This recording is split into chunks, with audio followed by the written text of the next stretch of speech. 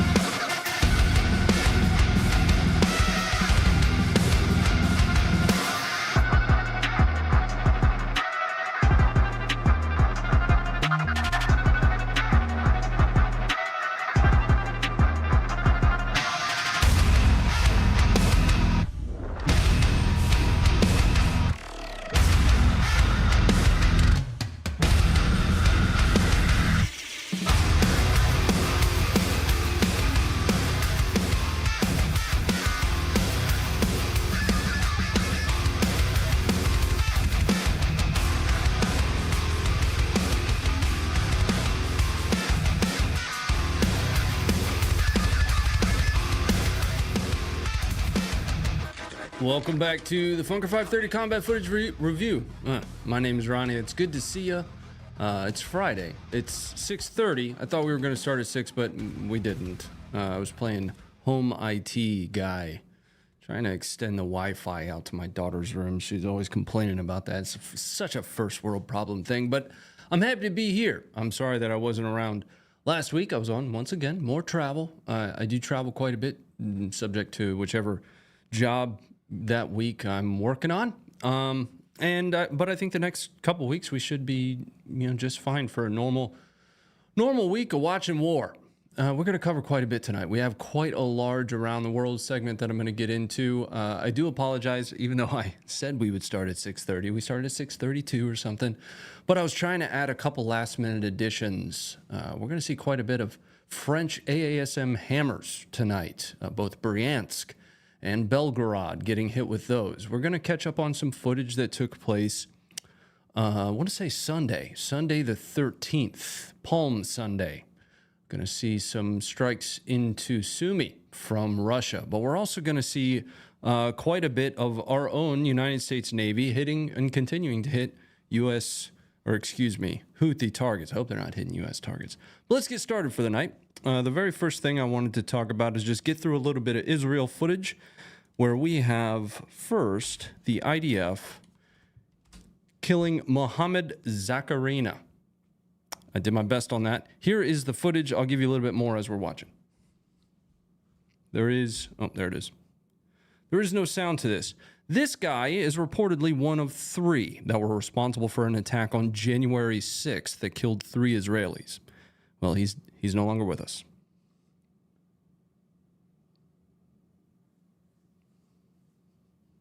AT4 question mark? You would not be wrong.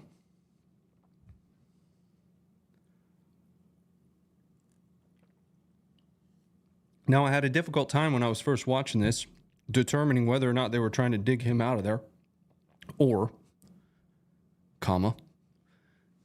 if they were putting more dirt on top.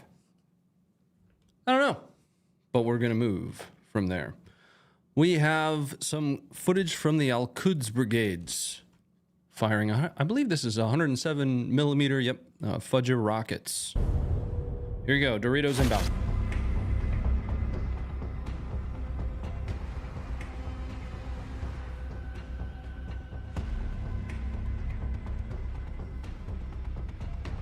I don't know what that says.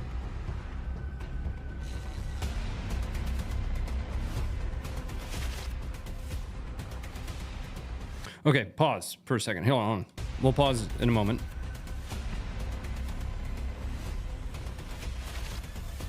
So I want to talk about this for just a second. And really, it's not much for me to talk about. I'm not a mortarman. I'm not an artilleryman. But I did send this over to Will, and he kind of just laughed at it. Because what they're showing you that they're doing here is they're doing math, setting angles. What you'll have here are, I believe that would be milliradians. And they're using this string to essentially set the trajectory for their rockets. But then when you see them set up the rocket, like when they set the rocket up, none of this shit is to be found. Okay, so I just want to kind of point out what the hell they're doing here, or what they're at least making it look like they're doing. And then when we move to the next scene and you see them setting up this 107 millimeter rocket, it's just kind of willy-nilly set it in the sandbag kind of stuff. Here you go.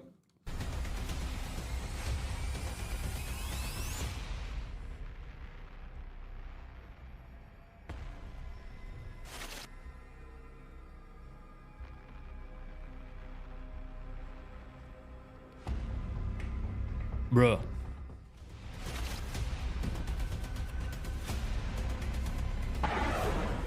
Generally that away. That's where that one went.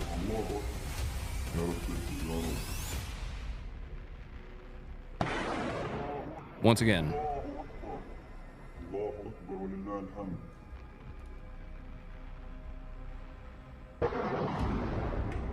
And a third.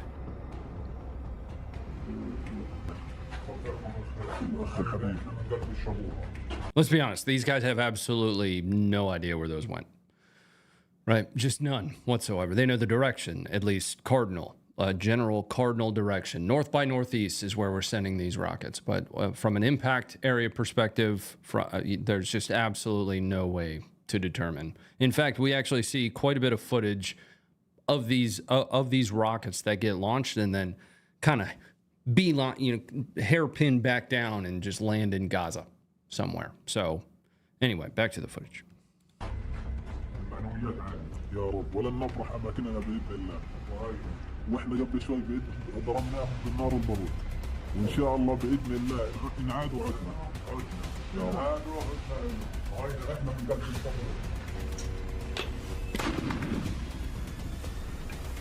الصبر. Yeah. Those are 60 millimeter mortars.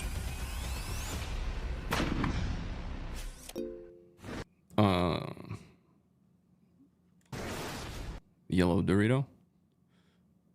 What flavor would that be? Like citrus? Coming up.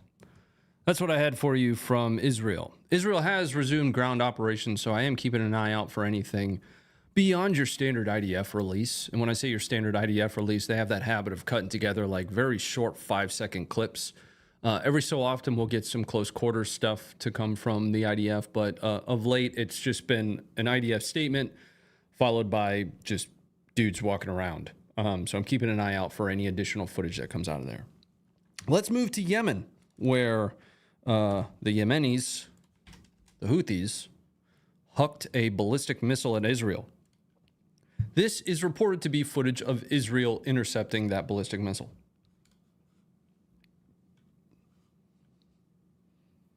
Cool Ranch, that would be blue, wouldn't it?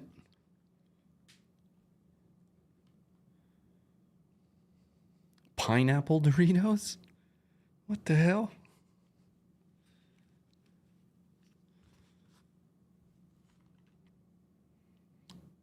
All right. Thought that one was interesting.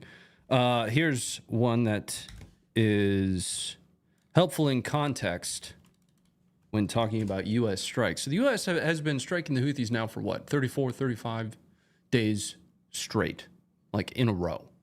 Just 24/7, absolute hooking spicy meatballs down at the Houthis. This is reported to be Houthi oil infrastructure on fire.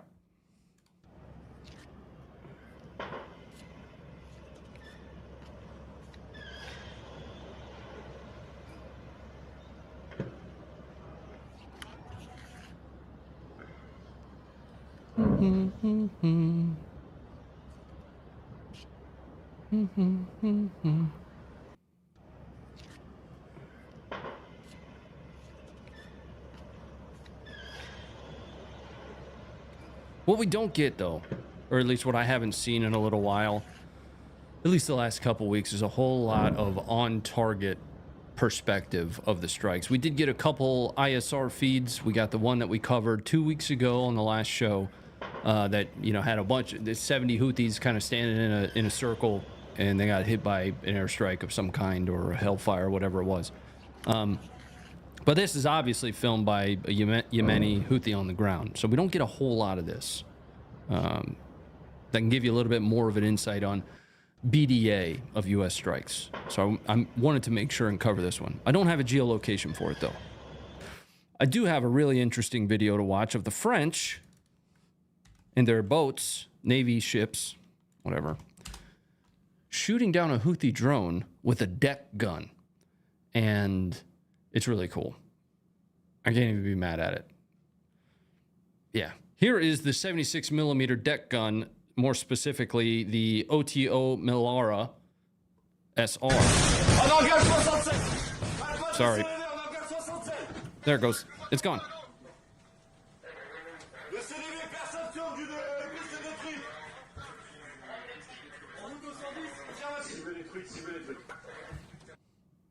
I think the SR stands for like super rapid, something like that.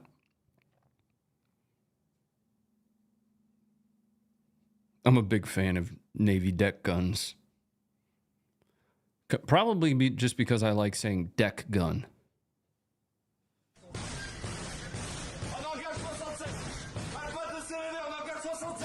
So, something to think about here is this is like stupid close. This is spitting distance when it comes to a drone engagement with a deck gun.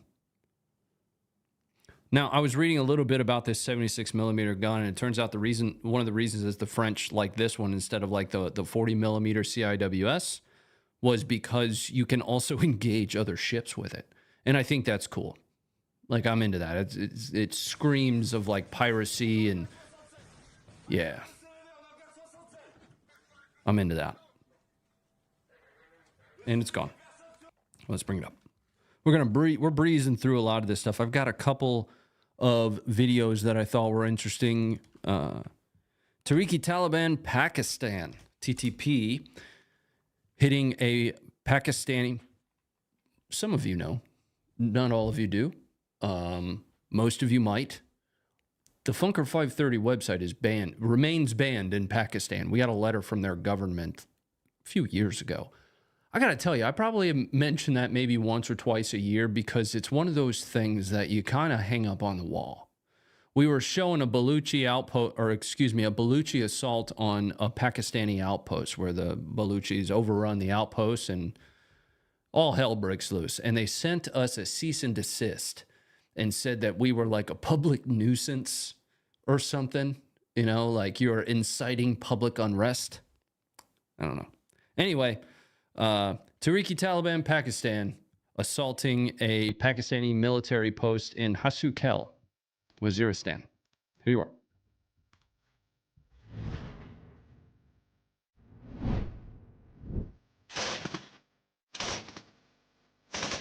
That's a PKM.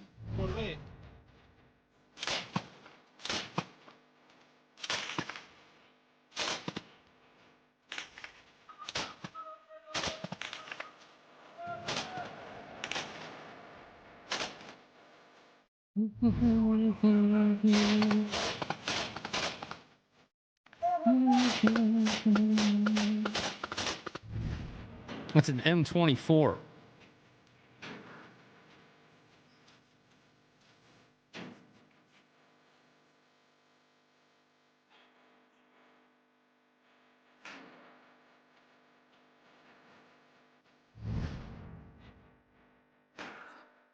I don't need to tell you what that is.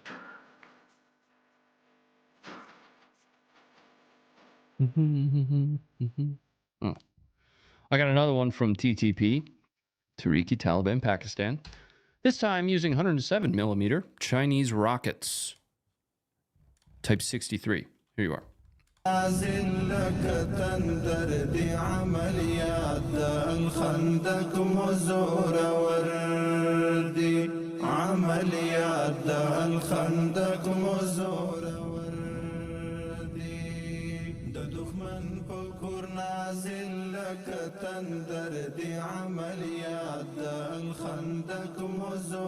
Do you think they used angles as well? You know, and a compass?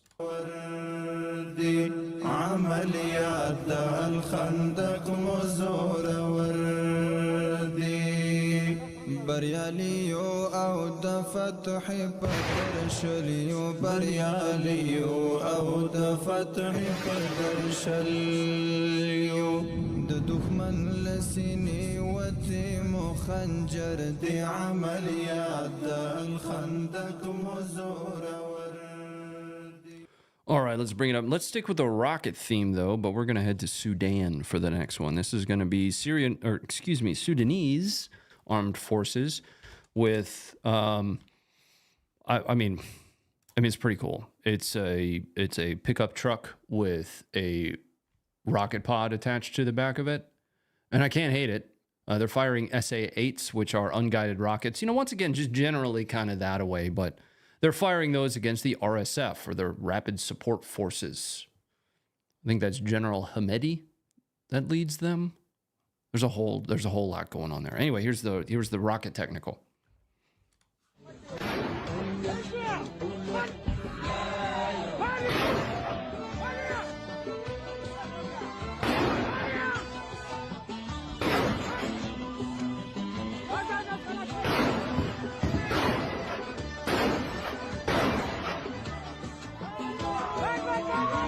Toyotathon looks crazy this year, boys.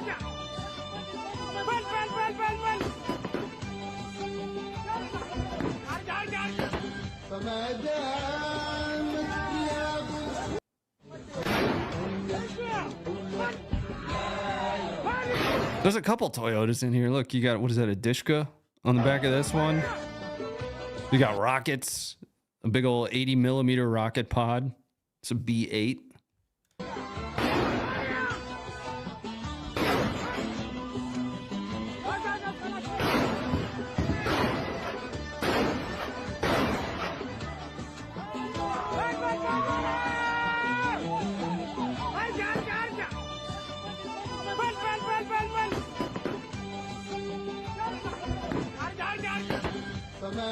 All right, anyway, we won't watch that one all the way over again. I mean, we're just about done with it again, but I thought that one was interesting. Some of you might know that the reason I was on travel is I was shooting feral hogs from the top of a Connex container with Sons of Liberty Gunworks and National Association for Gun Rights and Guns.com, and we were doing so with thermal because thermal is the future. Well, here is some video evidence of that. This is going to come from Myanmar, specifically the Anti-Fascist International Front, engaging the junta, whatever, the military authoritarian regime that took over in 2021. Discretion advised. The little white blobs in this are people, frankly. Here is thermal footage of anti-junta forces, anti-junta forces, I never know which one is correct, engaging the military authoritarian regime that took over in a coup in 2021.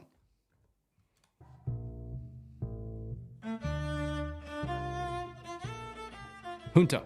Got it.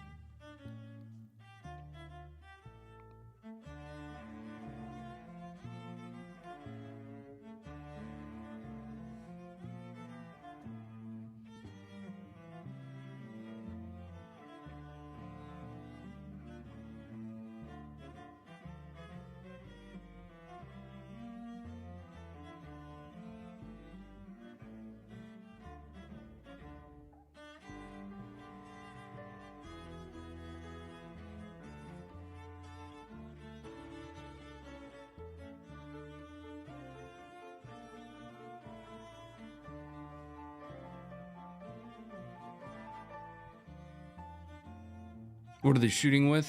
I would be willing to bet something relatively smaller in caliber, 5.56. A lot of them are running old M16A2 types. So it wouldn't surprise me if that was it.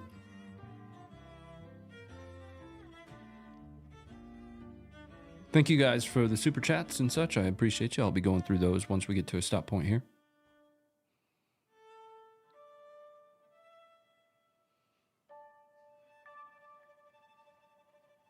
Russia has shown amazing restraint against NATO. Okay. Let's move on to our next one. We're going to stay in Myanmar, though. This is going to be the PDF. People's Defense Forces. A little bit more what we're used to coming from Myanmar. Coming up for you right now. That's an M79.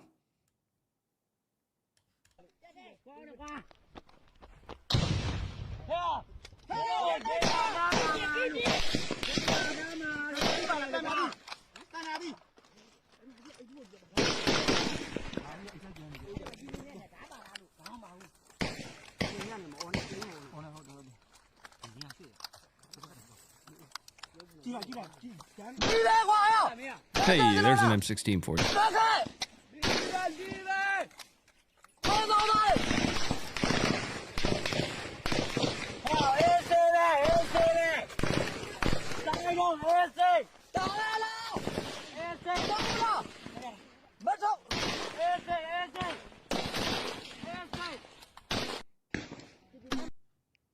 Oh yeah, the thump. Doop. Doop.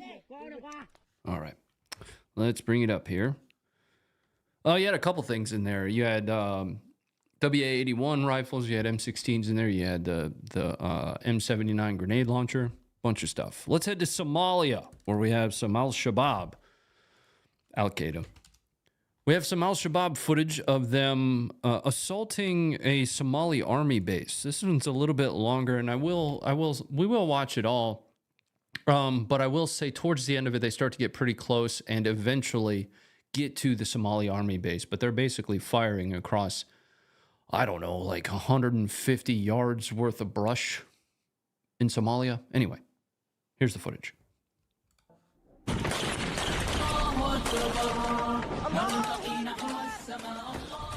All of this stuff being relatively recent. There's a reason we're watching it.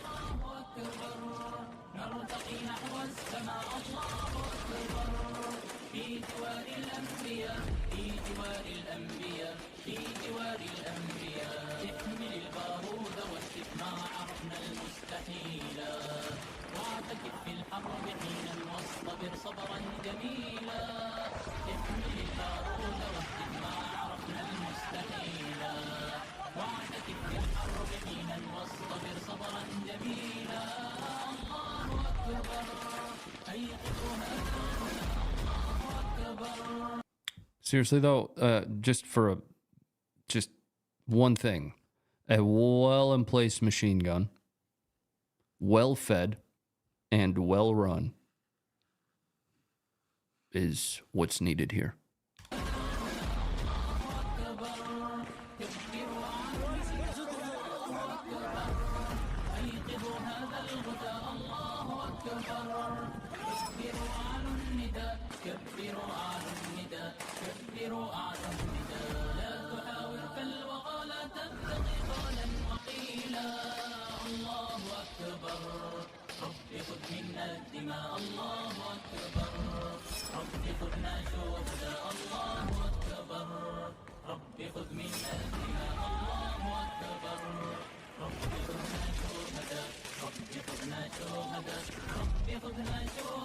Again, this is Somalia.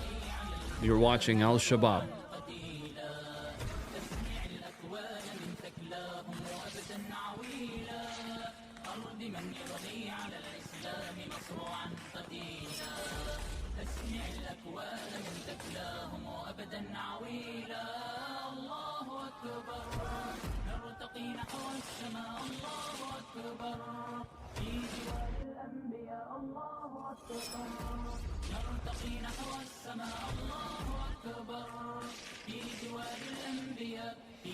And I actually think I lied to you. I think this is the exploitation phase of this assault, right? So what we might be watching here, and when I reviewed this, I might have skimmed through it.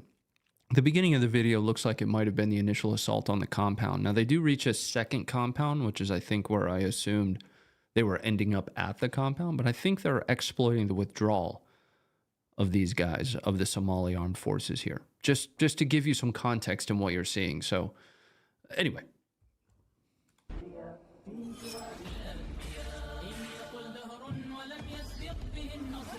Clickbait? We always end the stream with the Ukraine footage. But we cover footage from every conflict, war, and zone around the world, I can find it.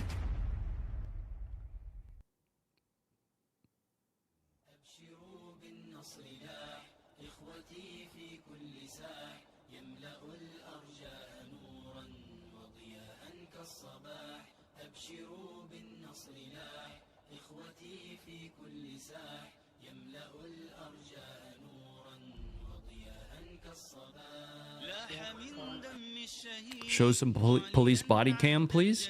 I'd be happy to cover some police body cam footage. We cover quite a bit of it on Funker. If that's something that interests you guys, let me know.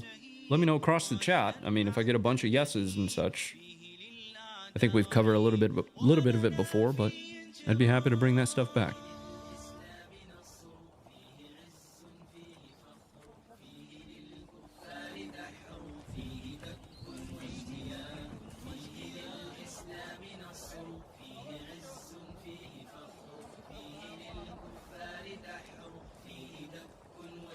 Make a poll? Yeah, we'll do that.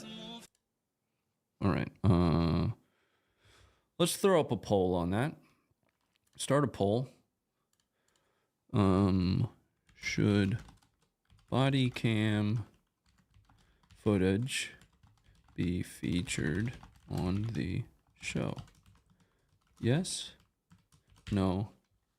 Start poll. All right, I'll let that run for a little bit. We have covered quite a bit of body cam footage before. I've done edited breakdowns of body cam footage, all presented in the same perspective and light that the rest of it is. Just what I understand about the situation on the ground. So let's move to our next location. Speaking of something you guys asked me to start covering a little bit of, we're going to head to Mexico, where we're going to see Los Chapitos, essentially El Chapo's leftovers, and I do have a geolocation for this. They're more or less following El Chapo's sons, if I understand correctly. Versus Cazadores, basically a rival cartel. Let's head to Google Earth, show you where this takes place. Headed to Mexico, right? Aww. The perspective that you're going to see is Los Chapitos. Coming up for you now. ¡Pura chapita, hijo de su puta madre! ¡Pura que te vale la verga!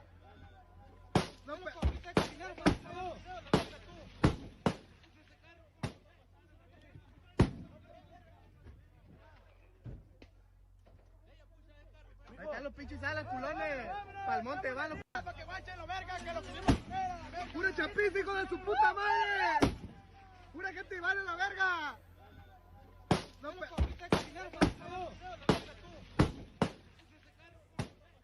This is more or less red on red. Kind of what my point was. Now, this next video that I have here is going to be an assault on a police station in Culiacan, though. I don't recall who this was. Let me see if I have any additional... Nope. I don't have any additional information on it, but I do have a geolocation for it. So let's head to the geolocation of this next bit of footage. It's not going to be far away. I mean, that's kind of far. That's pretty far.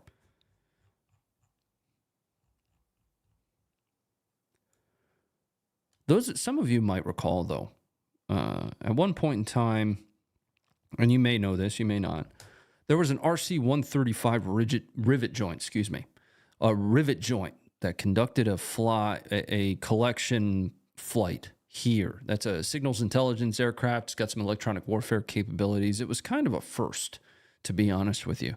We're very close to where that could have been collecting. I mean, just about anything along. This is very heavily Sinaloa cartel area. Just some additional context for the area. Wrong button. Let's head to the video. Again, this is an assault on a police checkpoint. Or, excuse me, a police station.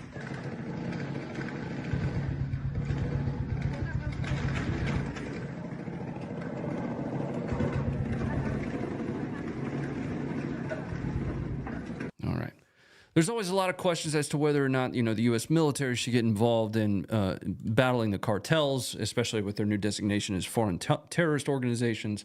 One of the challenges you're always going to have with something like that is how generally intertwined and intersected the cartels are going to be with especially local governments, even federal to a certain extent. I mean, there's corruption everywhere. Corruption is a scale and a ladder, not necessarily a 1 or a 0.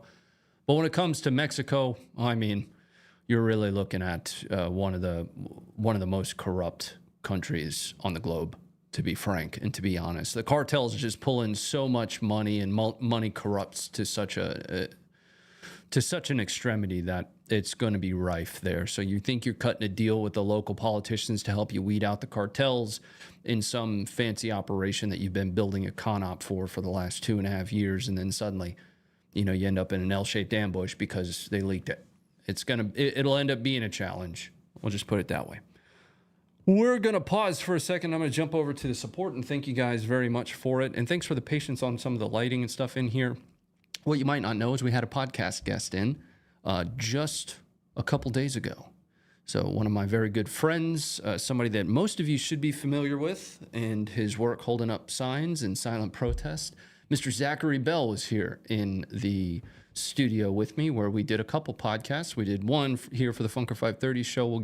You'll get a better understanding of who Zach is, kind of what his background is, a little bit more about him than you might have previously known. And then we also did a return one that I shared probably more about me personally than I ever have before. I'm not used to being asked questions.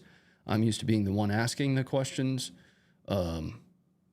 So both of those might be of interest to you. Let's check in on the support, though. Thank you guys very much for it. D-Rock, thank you very much for the 22 months as a beast, too, man. Thank you. Mr. Naughty, thank you for the $20. You and the Funker team are the best. You're the best. No, you. Thank you for $20, man. That's awesome. John says, for $5, the Al-Quds sign says, sponsored by Doritos. I'll take a Dorito sponsorship. I like Doritos. I had Doritos today. They were really good. It's just regular Doritos, though, not those weird, lemon zest Doritos or whatever the hell we were watching earlier. Just regular red Doritos are my thing. I like Cool Ranch, too, though, I guess. Scott, thank you for gifting a membership. Appreciate that. Who picked that up? Nexus Horizons, welcome to the Funkers. Vlox, thank you for 15 months as a beast. And then Calico Jack gifted 5 as well. J-Jov, Richard, Scott, Proxy, and Fran. Welcome to the Funkers. We're going to be moving into our Ukraine section, where I do think we're going to spend quite a bit of time tonight. I have quite a bit of footage for us to go through. We're going to start in Bryansk, I mentioned earlier. And we're going to slide over to UA control map for this one. That way we get some semblance of understanding where all of this takes place relative to the forward line. But we're sliding over to Bryansk. Specifically here, you see the border between Ukraine and Russia. And a strike that took place on the border crossing. This is a Ukrainian strike that hit literally on that dot. Like they actually already have it. Right there. But this is an AASM hammer delivered by a MiG-29, a Ukrainian MiG-29. That video is coming up for you right now. The strike. Here you are.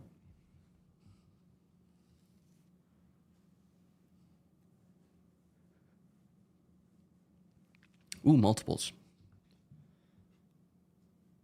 Back-to-back strikes there.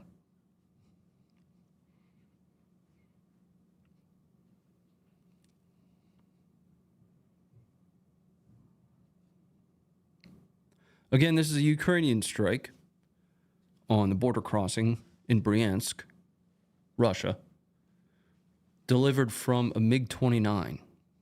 Now, not too long ago, Ukrainians announced that an F-16 was downed along with its pilot. My understanding is that the F-16 are essentially running more or less defensive operations for these MiG-29s that are conducting offensive operations. Now, that said, there were some F-16s identified flying over Sumy as a part of combat operations up in the north there. So the F-16s early on were being used in a very defensive role back towards Kyiv, almost missile defense style, We see those being pushed out a little bit further now, but 2 have been verified lost so far. But this strike was a MiG-29.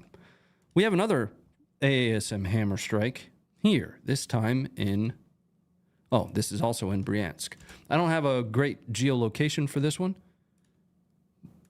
but that's coming up for you here. That's on a bridge. We're going to see another bridge being taken out, I want to say in Belgorod. Quite a bit of hammer strikes.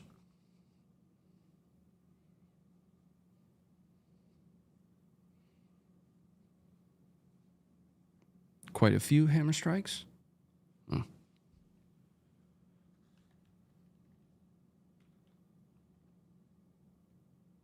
right. Let's bring it up. We'll get to Belgorod here in a second. I want to slide over to Kursk. Let's go to the map. We're going to right here.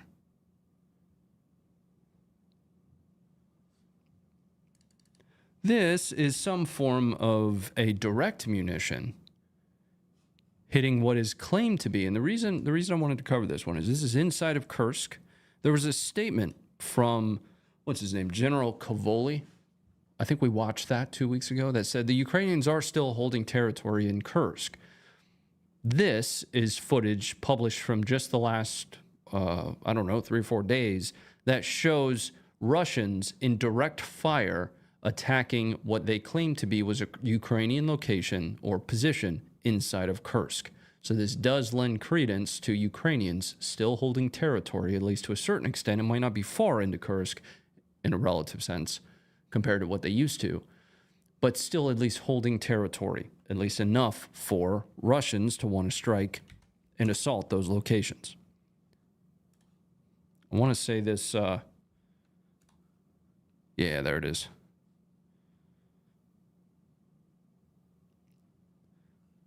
So it doesn't look like a missile. It's almost got a tracer element to it there. A rocket, maybe.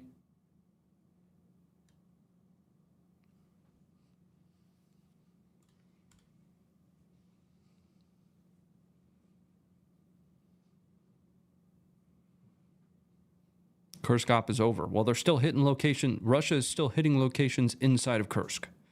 So unless they are demolishing their own buildings for no reason, and according to the United States military, Ukrainians are still holding at least some ground in Kursk. I mean, it is what it is. Manpad? No, this wouldn't be man-portable air defense. No.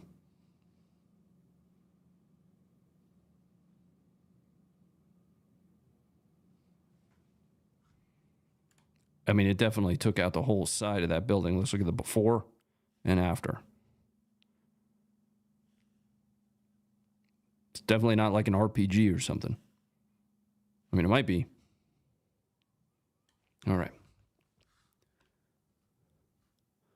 Here is footage. I would say discretion heavily advised on this one. This also takes place in Kursk. Takes place here. This little dot. You know. Right here. Bring it out. Still, once again, inside of Kursk. This one a little bit less indicative of Ukrainians inside of Kursk, but they are Russians moving through terrain and end up hitting multiple landmines. Discretion advised on this one, because I do believe we end up getting a close-up perspective after the landmines are hit.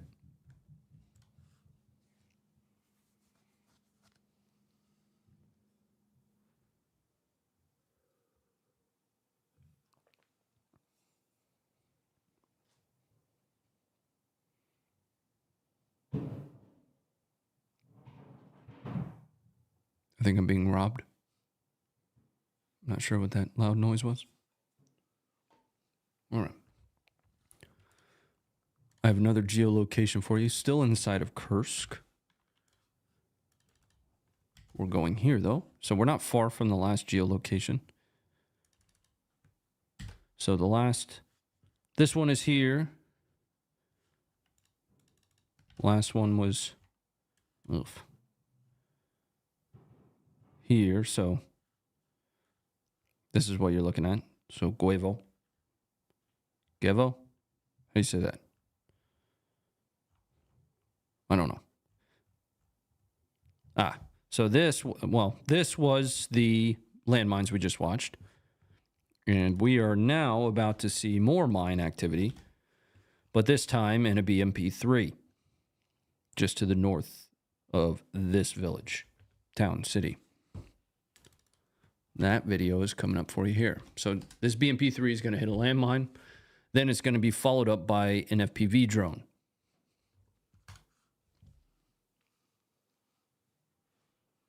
I guess only Ukrainian emojis are allowed? What are you talking about?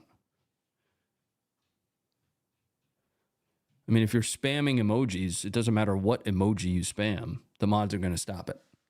Like you could spam the eggplant emoji and they're going to block it. The only one I will allow, and I'm going to be straight up with you, the only one I'll allow is the American flag. And you can deal with that. You can get pissy about it all you want. But mods, don't ever block that one. Unless it's in excess. Like, I get it. If it's 100 lines, I think the YouTube auto mod's going to catch that, but there's my bias. So you deal with it. Let's move on, because we've already caught the necessary information I had for you on that video. Now, this is probably old footage, since Ukraine has since been pushed out of this area. But I thought it was very interesting footage. It shows there's always a lot of talk about American volunteers in Ukraine. This is a British volunteer in Ukraine with the 2nd International Legion. Here is some footage of he and his comrades engaging in Kursk. Well, let's just watch the ad. I'll log in after this and get through it. So essentially, whenever a drone above the village would spot any Russian activity whatsoever, we'd get a call radio and they'd be like, there are Russian Spetsnaz in this building, go fuck them up. And that was our command directive in that village. Grenade in the front. Grenade in the front. Wait. Lock. Baby, back. Back! Grenade! Roger that! Give him hell, son! Down! Fire!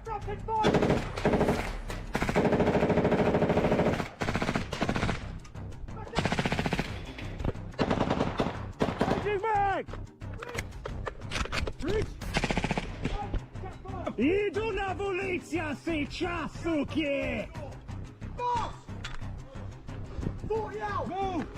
On the door! Right here? Shoot! Give me a couple. You ready?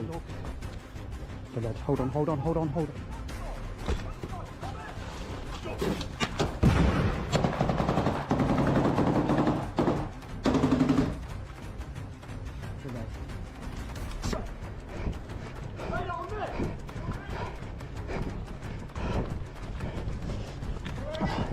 I'm so sorry, boss. Fuck, the door blew back on me.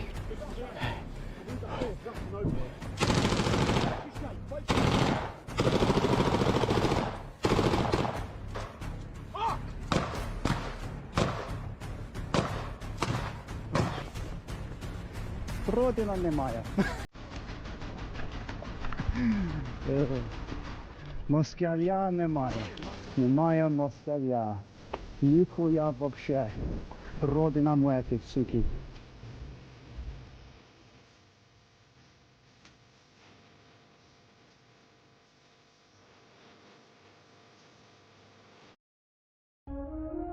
All right, let's bring it up. We are going to head into Belgorod. A couple airstrikes for you to watch here.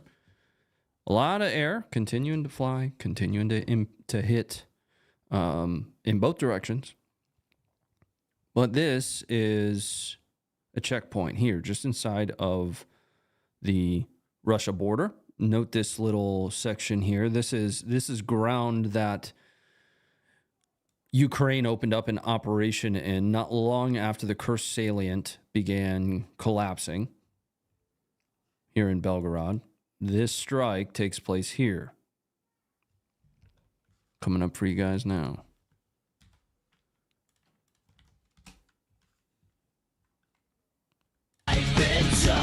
Sorry for your ears. I don't know what munition this is specifically. Something with a little bit of distance, another double tap there.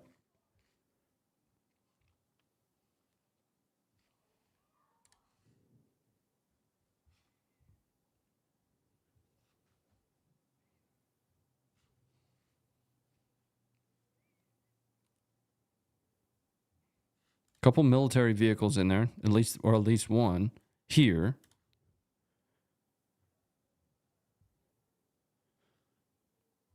Oh, there's one in there. Oh, goodness. SDB? Maybe. Coming up. But more hammer. I told you there'd be a bunch of hammer for us to review tonight. We have another French AASM hammer hitting this bridge in Belgorod. Note the proximity to Ukraine's operational area that they opened up. That yellow section. Let me pull all the way out so you can see where we are overall. And then all the way back in. This bridge hit by a French AASM hammer. Delivered via, reportedly, I don't see the delivery platform, a MiG-29.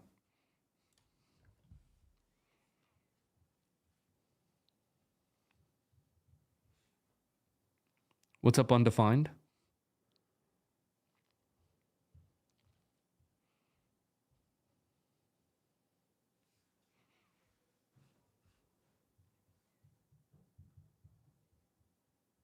I can't remember what I made the thumbnail. I might have made the thumbnail this. But that thing's pretty well boned.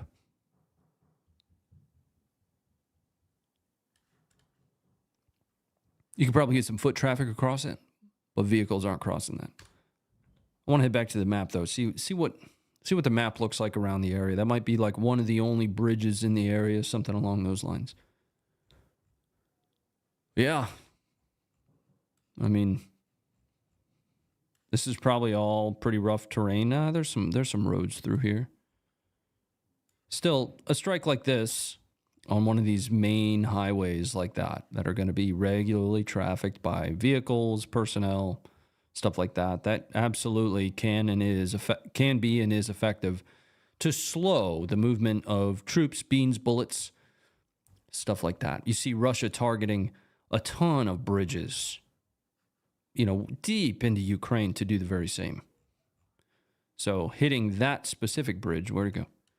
Hitting that specific bridge is going to keep Russian troops, really, not all of them, because you've got other avenues they can take here, but keep Russian troops from being able to, at least from the south, reinforce this salient, this operational area that Ukraine had opened up. I haven't seen a whole lot of footage from in here in the last couple weeks, at least not geolocatable footage, though. Let's move on. I don't know where this is in Belgorod, but it is reported to be in Belgorod. This is a road somewhere, and I think the reason I'm showing it to you will be obvious when you watch the video. Say Russian driving.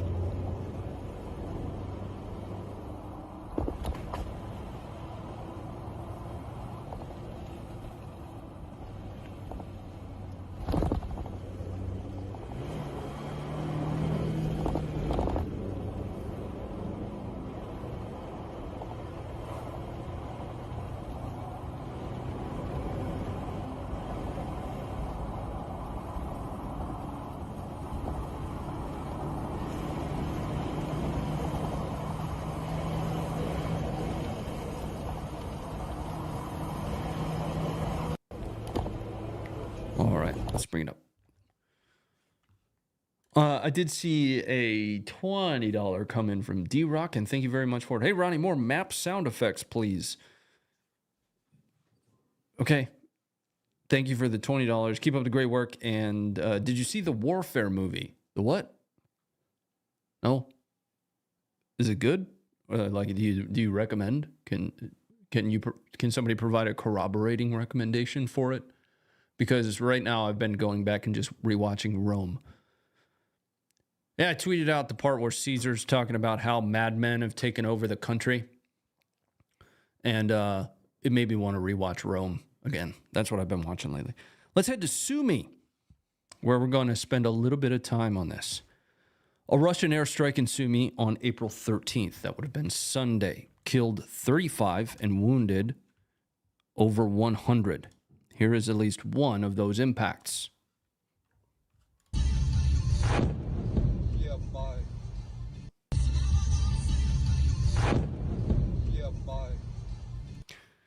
Now, here's specifically what they hit. The first location, Sumy State University Congress Center, here.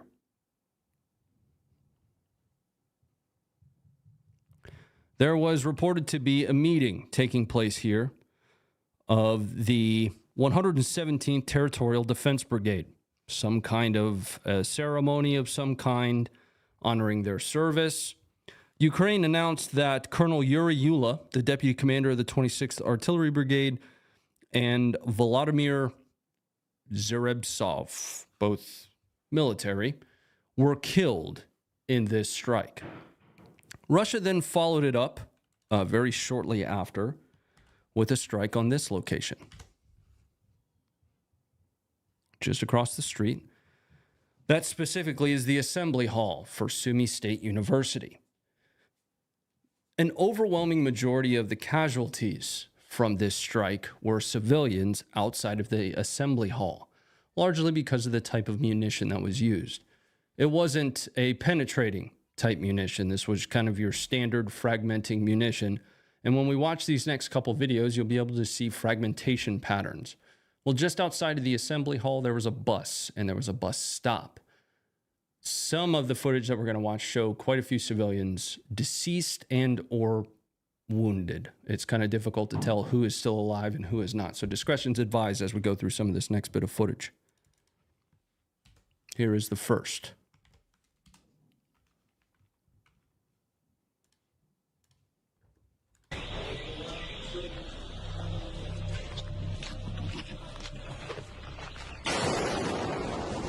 That was the second impact.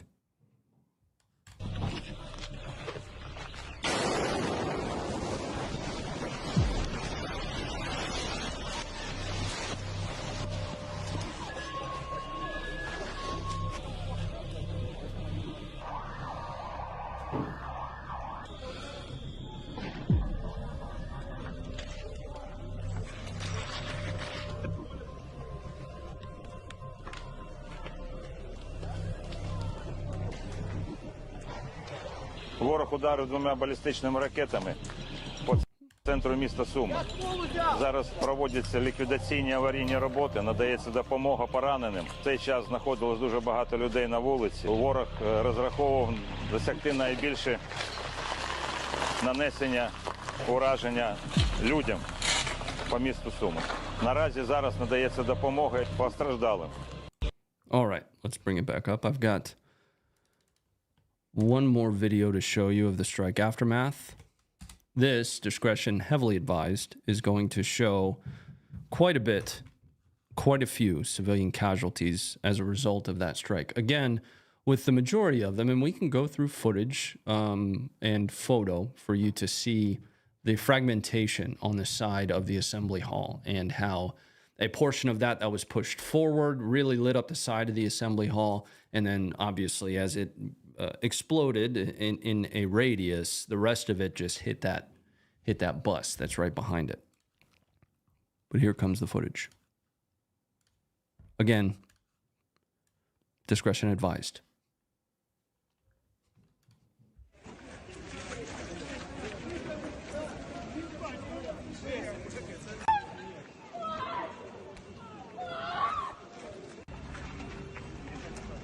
So this is immediately following the strike here. Let's bring it back up. I'm going to log into the website. That way that doesn't happen. Because I have a premium account. Give me one moment, guys. I normally log in prior. I didn't do that ahead of time. I think I actually have photos of this. Stand by one. I want to grab a photo for you of the outside of the assembly halls.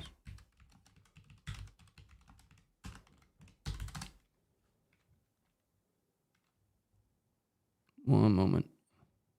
Shouldn't be too hard to grab here. This is good.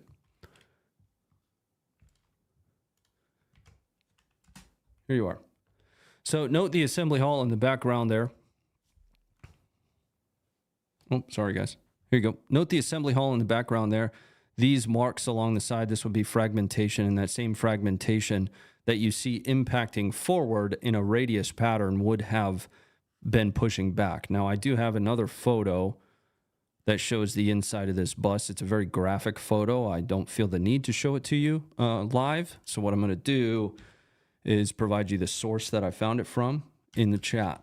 If you want to see inside of that bus, I'm going to spam the chat with it.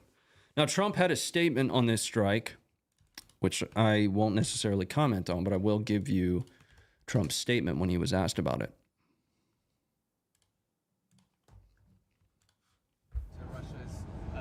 Sunday attack on Ukraine. I think it was terrible, and I was told they made a mistake, but I think it's a horrible thing.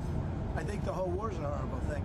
I think the war is, for that war to have started, is an abuse of power. This country would have never allowed that war to have started if I were president. That war is a shame. Millions of people are dead that should be alive. Cities are being destroyed all over Ukraine. The whole culture is gone. It's certainly very severely hurt. You know, the chapels, the churches, the spirals, all of the things that they had in Ukraine were among the most beautiful anywhere in the world. And most of them are knocked down and blown up into a million pieces. But most importantly, you have millions of people dead that shouldn't be dead. Not working. All right, I see your messages, guys. Let's see if I can pull those, or at least one of those photos that's still up. I find it interesting that those photos are taken down.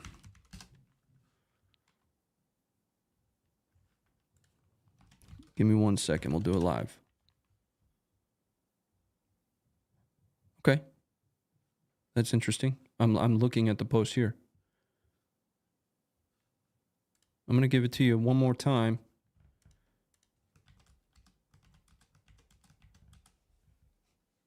There you go. I think there's probably one that I can show you. It doesn't show any deceased in it, but it does show some of that. It does provide the context necessary to see. Just give me a second here. Okay. This is good. Very short video.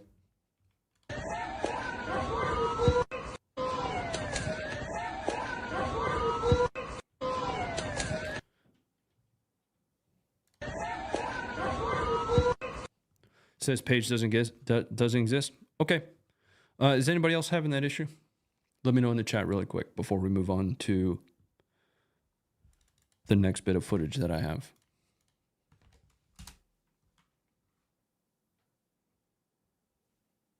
Yes. Yes. Okay. Stand by one. Again, we're doing it live. I'm trying to make sure you guys see everything that I do because my function and focus here is really just to share the information that I have found with you. Here's inside of that bus. This is the link that I shared with you.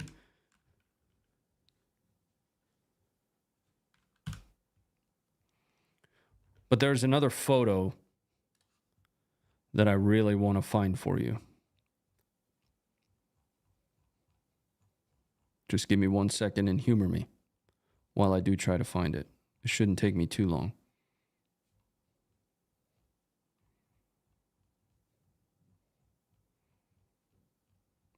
But if you recall back to the video that we watched immediately following the strike, an overwhelming amount of the casualties were outside of those two locations. Again, this was kind of middle of the day, a university compound that There was a meeting taking place at the Congress Center, right? So there are a lot of people. Let's actually talk about that for a second, because we do cover this stuff regardless of where it happens. There was a meeting that was taking place there of the 117th Territorial Defense Brigade. So there's an argument going around being made that, well, it's a military target then. No, that's not how that works, right? So in order to strike a target in a civilian population center, you have to be able to make an argument that you did your very best to mitigate civilian casualties. In a strike like this, where not only did you hit the location, the Congress Center of the Sumy State University, this is a university, it's a school, you also hit the assembly hall, just in case that's where they were meeting as well. You didn't do any diligence on attempting to mitigate civilian casualties. So looking at this one example, this one specific instance, and I really don't give a shit about your whataboutism, yes, there would be an argument to be made on this that it would be classified as a war crime. Most certainly, 100%. It does not matter that there were military targets there. You still have to make an effort to mitigate civilian casualties. In the process of execution on this strike, the double tap specifically, that's what pushes it over the edge. Let's move on. I don't want to focus on this one too much because I've got a ton more footage for us to go through. We're headed into Chasiv Yar, where I have Russian shelling using a TOS M1A. Takes place here.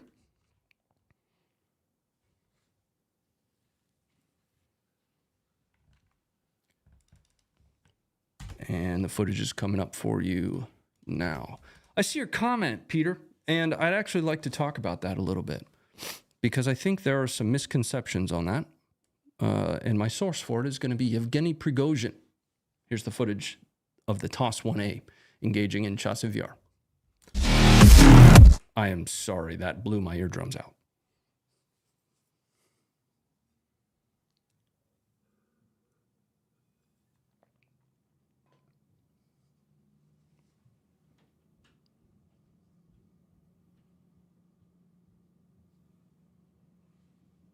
Song sounded lit. I bet it was a banger, dude.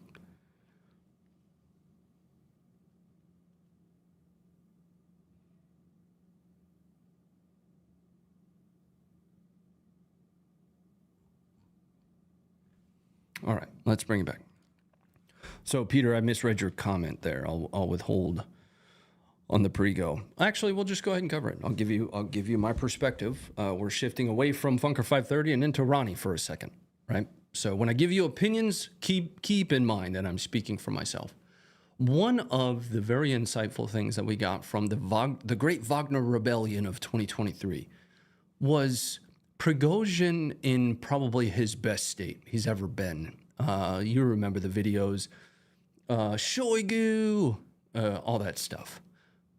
Well, at one point in time, he started to get very serious, and he sat down and he delivered a more or less like a monologue, like an interview.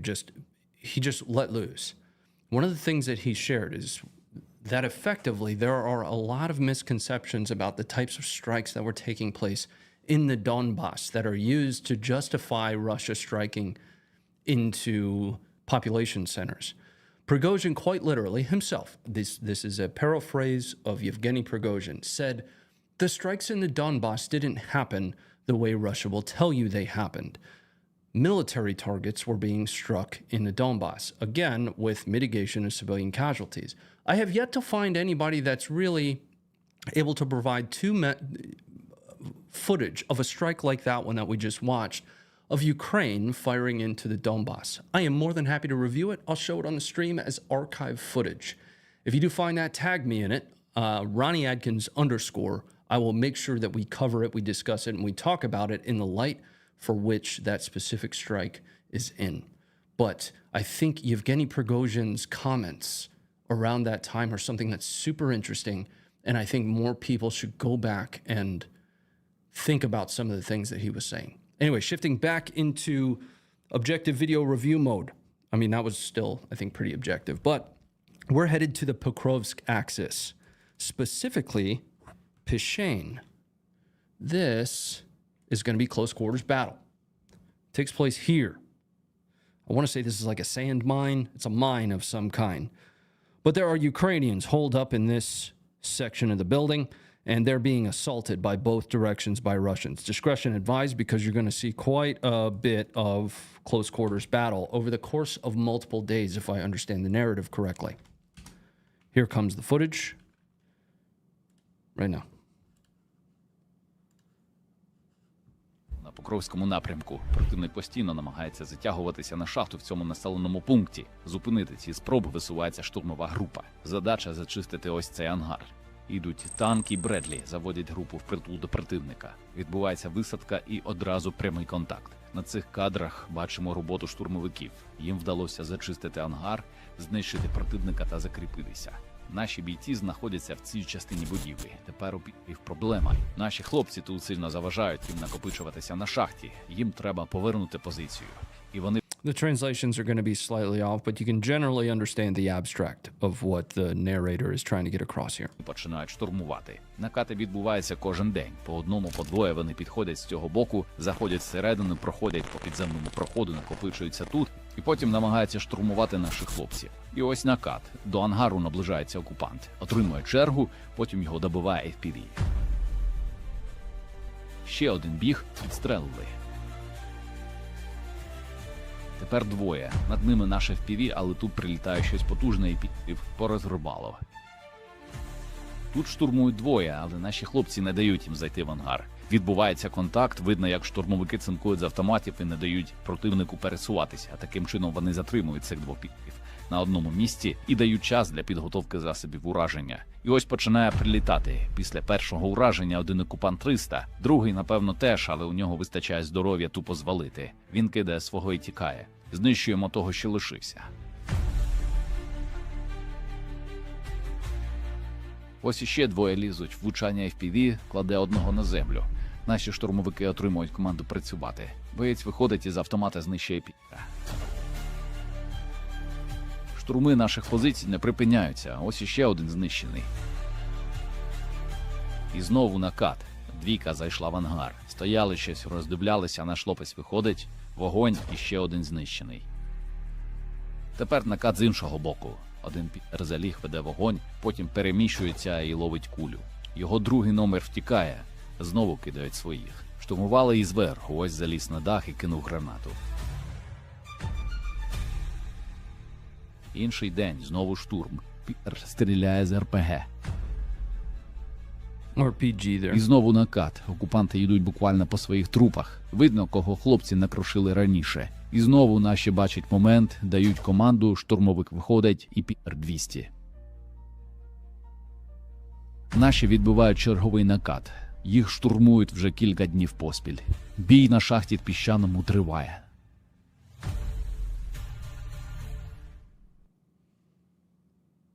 All right, let's bring it back up. So there were a couple questions about where exactly this is, and I want to take you back to the map because this is actually a critical location specific to the fight for Pokrovsk. This was here. So Pokrovsk here. This is all a part of those recent advances from Russia. Pokrovsk being what many will describe as one of the primary objectives of the area. This fight in Pishin took place here. Very close, very brutal fight, is effectively keeping that area, along with Colt Line. Again, I'm sorry if I mispronounce these guys, but we're about to see some footage from here as well. But we've talked about some of these small locations where very, very heavy fighting has been taking place to try to keep Russia from further enveloping Pokrovsk. Because if that happens, E50 here, I mean, this is MSR style.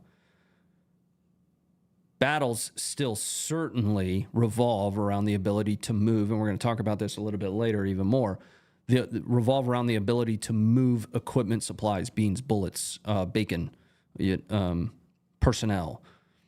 So you'll find that along these major supply routes, that's where Russia is able to make most of its advances.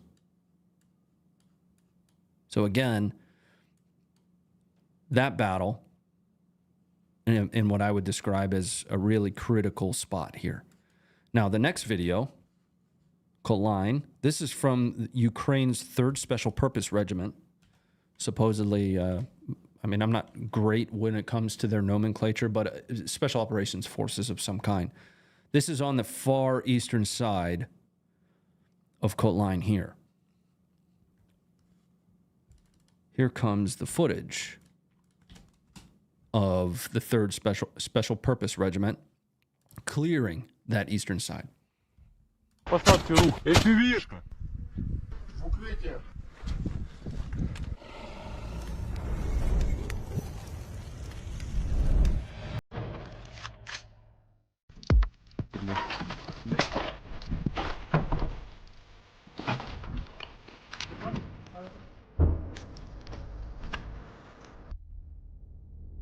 Погнали. По посадке рух, по посадке рух. Давай, давай.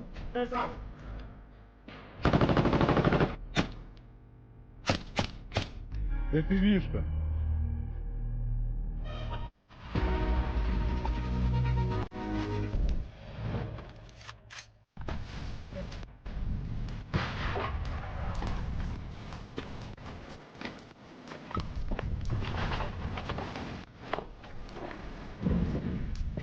Просто.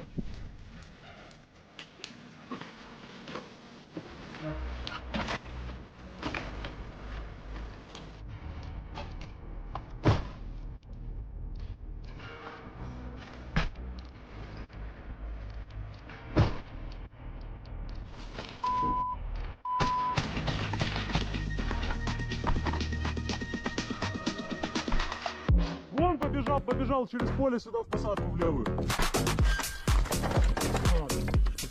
Что там? Все, отходим чисто. Смотри, мы зачистили все. Но мы нашумели. Я предлагаю зайти на сразу 2 СП по Сирикузу. Прием. All right, let's bring it up.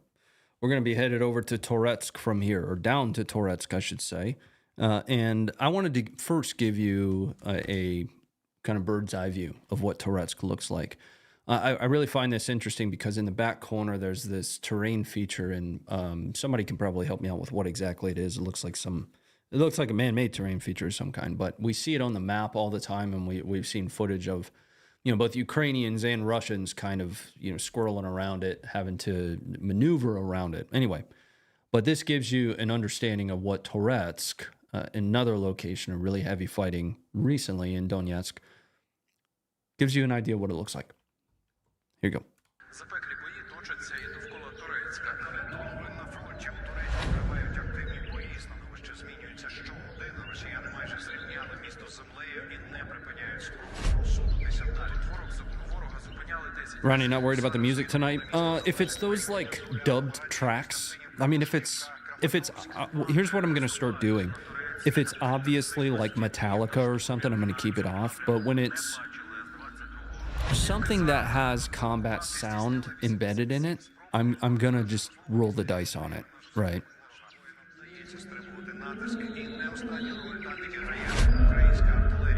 Якщо ж казати про сам фронт, то там росіяни зберігають активність майже по всій лінії зіткнення. Кажуть, військові у місті оголосили евакуацію дітей, там тепло, переходячи від легко броньованої техніки до мотоциклів.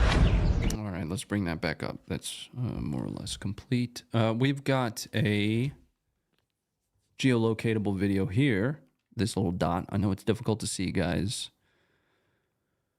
but I would call this along the Toretsk axis. We're going to spend a little bit of our time up here in the northeast of Toretsk, excuse me. Here specifically, though, where'd it go? Take me there. Hello? Okay, well, I maybe it is there. Here, we're going to watch a Russian toss an explosive device into a Ukrainian dugout of some kind. And you'll see essentially a small detonation, but then kind of a plume of fire come out of the dugout. Yeah, like that one, I'm going to keep that off. So this guy here is what you're looking at. Probably barely see him. He's moving. He just tossed it in there. And now they're going to wait for detonation on it. And there's the plume of fire coming out of the fighting position.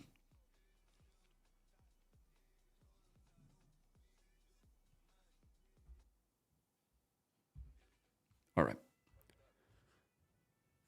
Let's bring it back up. And we'll move to the next one. The next two videos, still staying in that northeastern area of Toretsk. So here is the next one.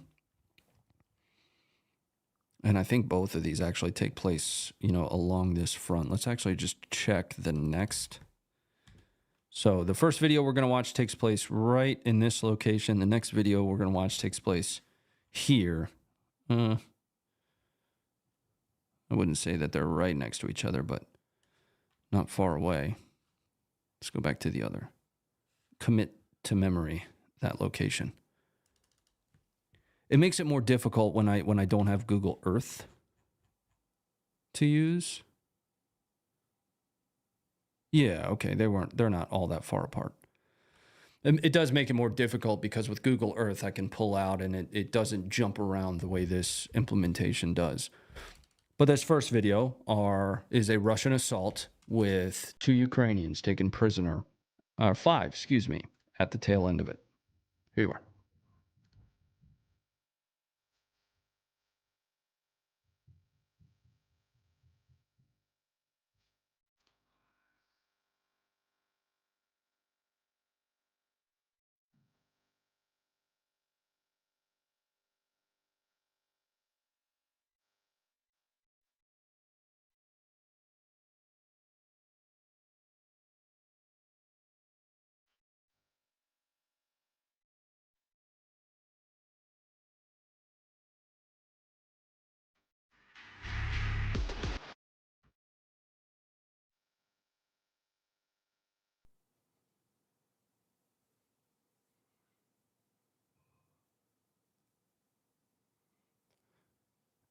Interesting to watch that technique of taking out other FPV or other drones is just a string.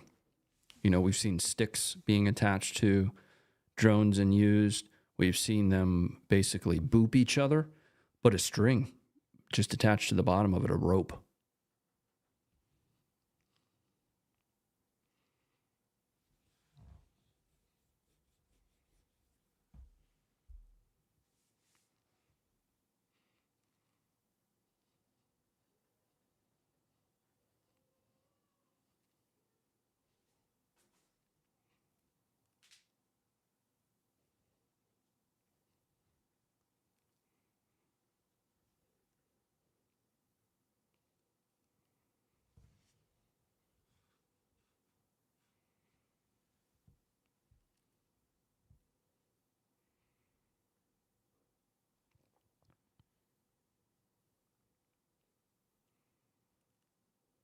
And out come Ukrainians surrendering to what appears to be a Russian buddy team.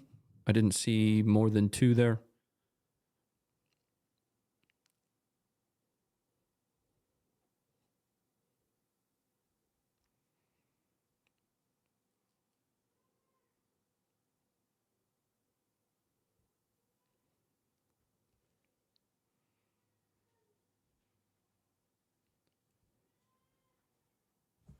All right.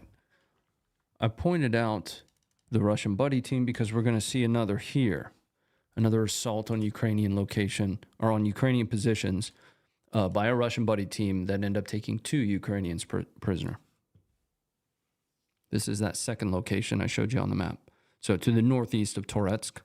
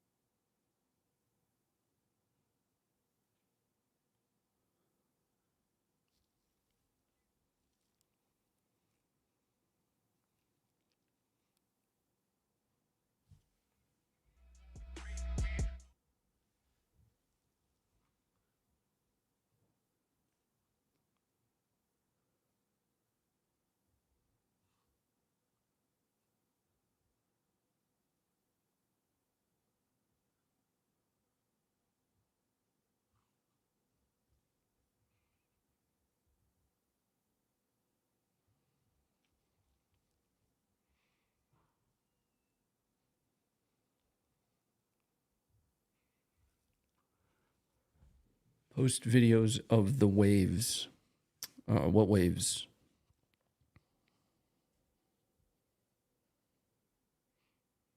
Which, I should say. Because we're about to watch a video of a very large Russian assault under artillery fire.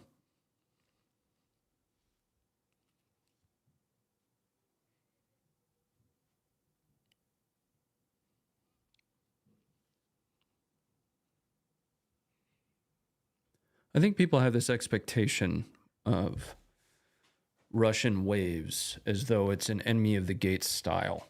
And from a scale perspective, the technique that's being used was actually described again by the Yukon commander 2 weeks ago.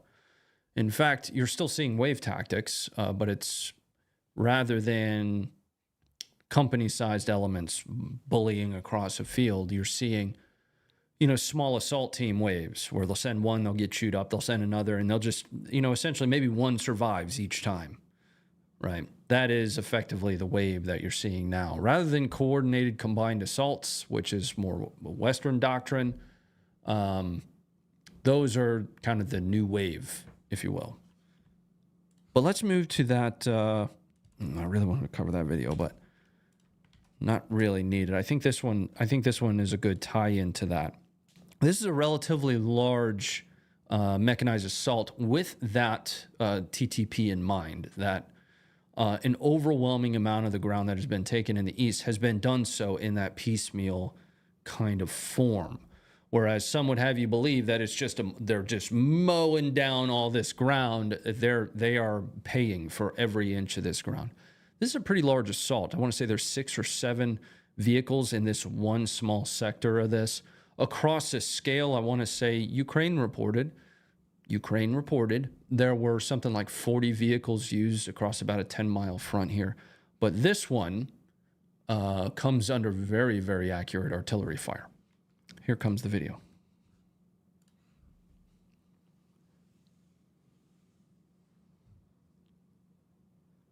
So for those that, no, we'll keep that off. For those that are from, oh no, that's more than 6. 1, 2, 3, 4, 5, 6, 7 vehicles in this. For those that are familiar with artillery though, traditional artillery, these are accurate fires.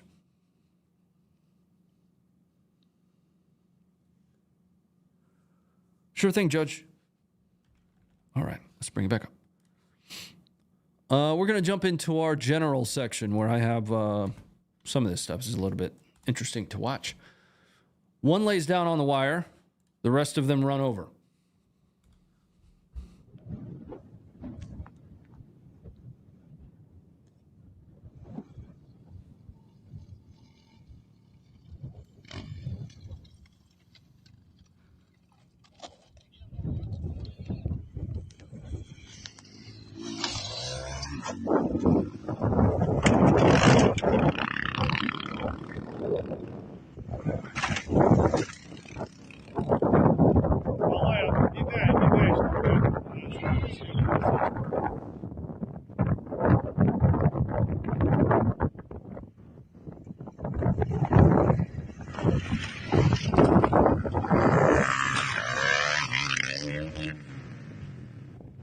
One of these guys eats shit, though. I don't remember which one.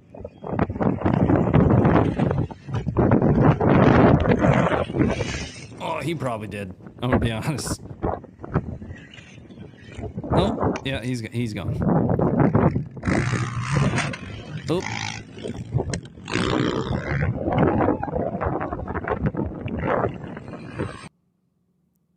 Anyway, I thought that was interesting. Those are Russians. You can't hate the technique. They're all getting over the wire. The one guy that had to lay his bike down on it, and that poor, I would have taken that dirt bike. I thought it looked like a nice dirt bike. Anyway, that one guy's boned, but the rest of them made it over. I have not safe for work. Discretion advised on this next one. A Brazilian volunteer with the International Legion moves to intercept a Russian position. In doing so, it appears as though they're trying to discern whether or not he's Ukrainian. They're saying Ukraini, a bunch of times. At one point, it just goes haywire, and the Russian, which they figure out at that point, swings his rifle around trying to shoot the Brazilian, and the Brazilian takes his Bren 2, and you can probably presume what happens next.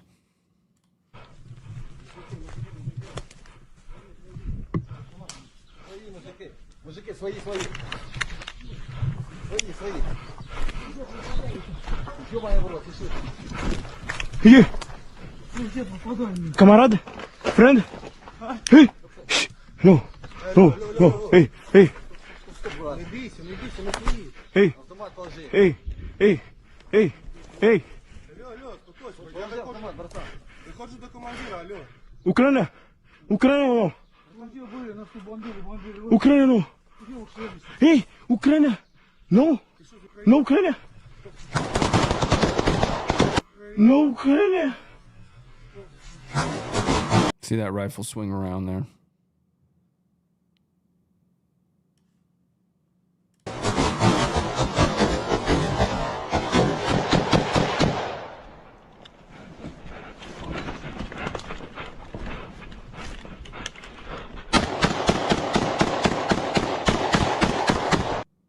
All right, let's bring it up. The last little bit of footage here is going to be a lot of different drone videos. It is what it is. It's kind of difficult to cover war in 2025 without covering drone stuff. Here you are. Nope, we're not playing that.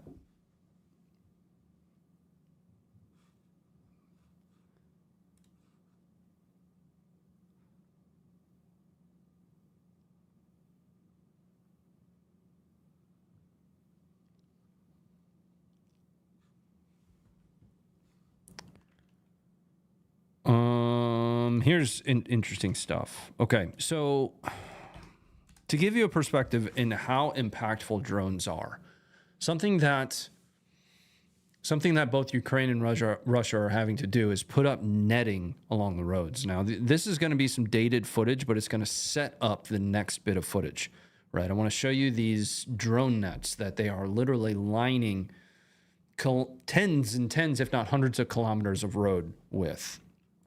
We'll just watch one of these. This is actually footage from like March, so you're going to see a ton of snow on the ground. I am telling you, this is dated footage. I'm not a news anchor. It's going to give you context for the next bit of footage, though. So this netting is to allow, logistics, movement of personnel, again, beans, bullets, stuff like that, because once again, that stuff is critical. Everybody talks about like the skills that they've got with their fast reloads and stuff. If your military can move logistics well, that is ultimately going to surpass in importance the capabilities at the individual level. Yes, you do want highly capable individual rifleman shooters. Those, what is it? Battle drill 1. You want people that can execute that stuff. I get it.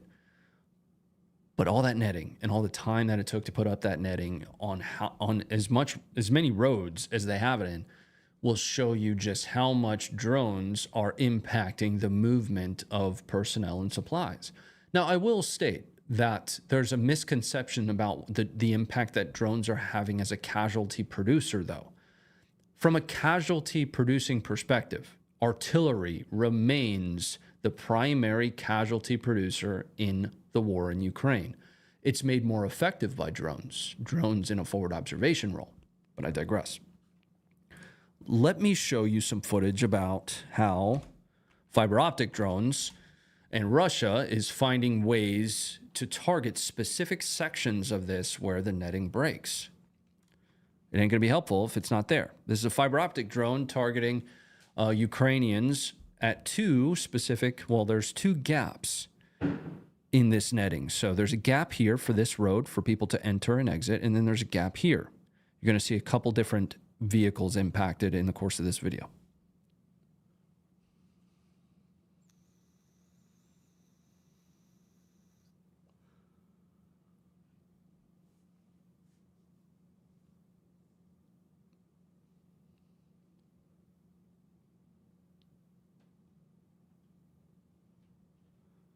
See, they flew it right into there.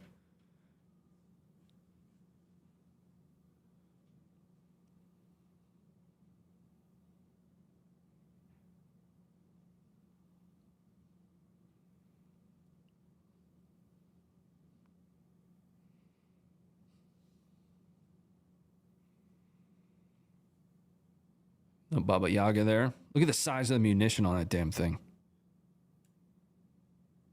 Look at that.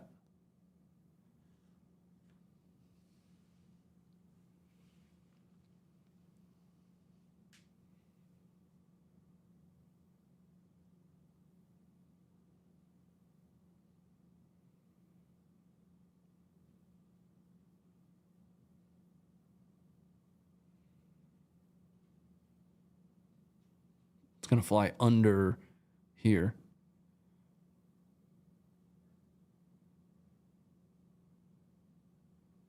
Now I can't tell if these guys are conditioned to FPV drones at this point, but it looks like they dismounted that vehicle and they're just kind of meandering away from it. It appears as though they're almost not concerned about that FPV drone targeting them. And I actually have a theory about that when I was watching this. I was like, why the hell aren't they just like running?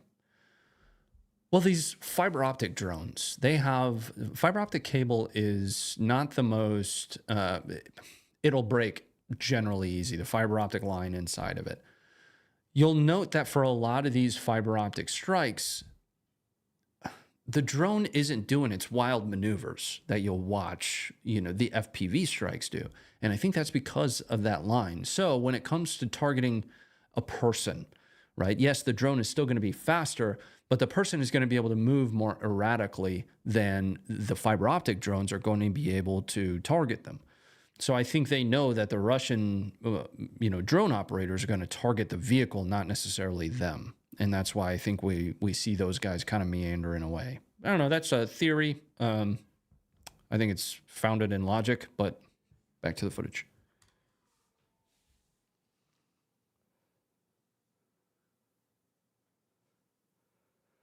Basically, fishing line. Well, if you're familiar with fiber optic cabling, there's glass inside of it, right? It can absolutely break.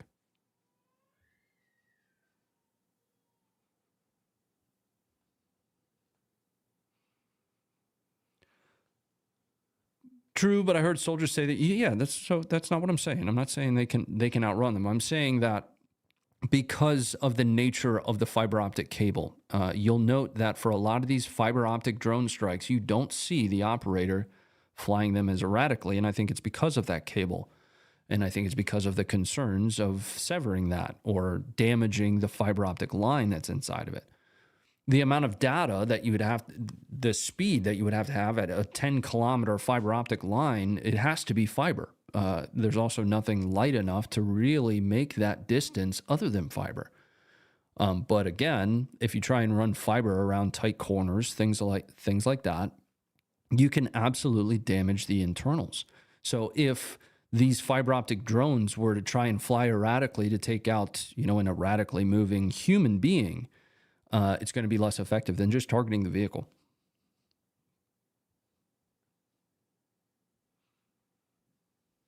You see what I mean? Maybe I'm overanalyzing that, but I did think about that for probably too long earlier today. Like, note how kind of generally slow this one's moving right now. Whereas with other FPV drones, you see those kind of zooming around.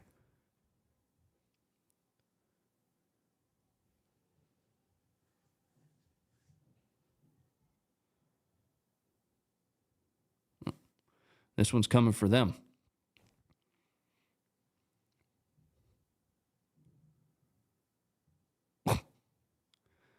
But I find it interesting. So is it going to fly through this? Do you see what I mean? Do you see what I'm saying?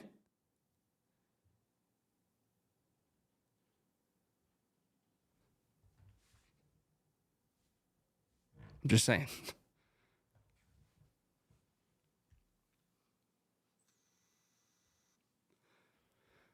All right, let's bring it back up. I need to check in on the support because we're actually closing things out. I got one more video to show you guys. Mike Paul, thank you very much for the $10, man. Happy birthday, Ron Dog. It's not my damn birthday, but thank you very much for the $10, man. Thanks for that, dude. I appreciate that. Marty Hayes, thanks for the $2. And Mosen, thank you for the $5. If you can't see the post, check your X settings. You may have graphic/adult content turned off. Oh, that's interesting. Yeah, maybe. Yeah, that could be the case. And he's, of course, talking about the footage of, the photos from inside the bus in the strikes plural on Sumy. And thanks, buddy, for the $5 there, man. Robert, thank you very much for the $1. Appreciate you. D-Rock for 20. Mr. Naughty, thank you again for the 20. John Maxwell, thank you for the 20. Guys, thanks very much again for another wonderful stream. Thank you guys all for continuing to support us. I always have one more video to show you. Word on the street is these are Houthis, and people keep telling me how they are like lions or something. Whatever. To me, it looks like they're probably just morons. That's all I'm going to say about that. Listen, their motto is death to America, okay?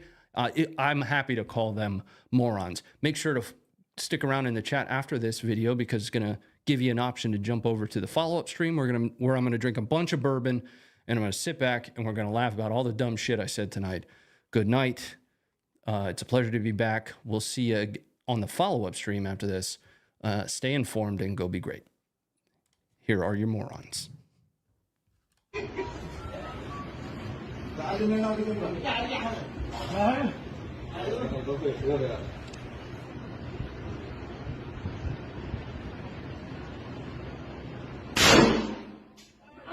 A bunch of idiots. I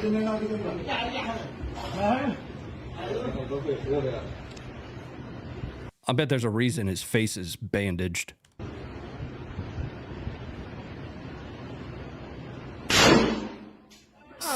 Stupid idiot. Good night.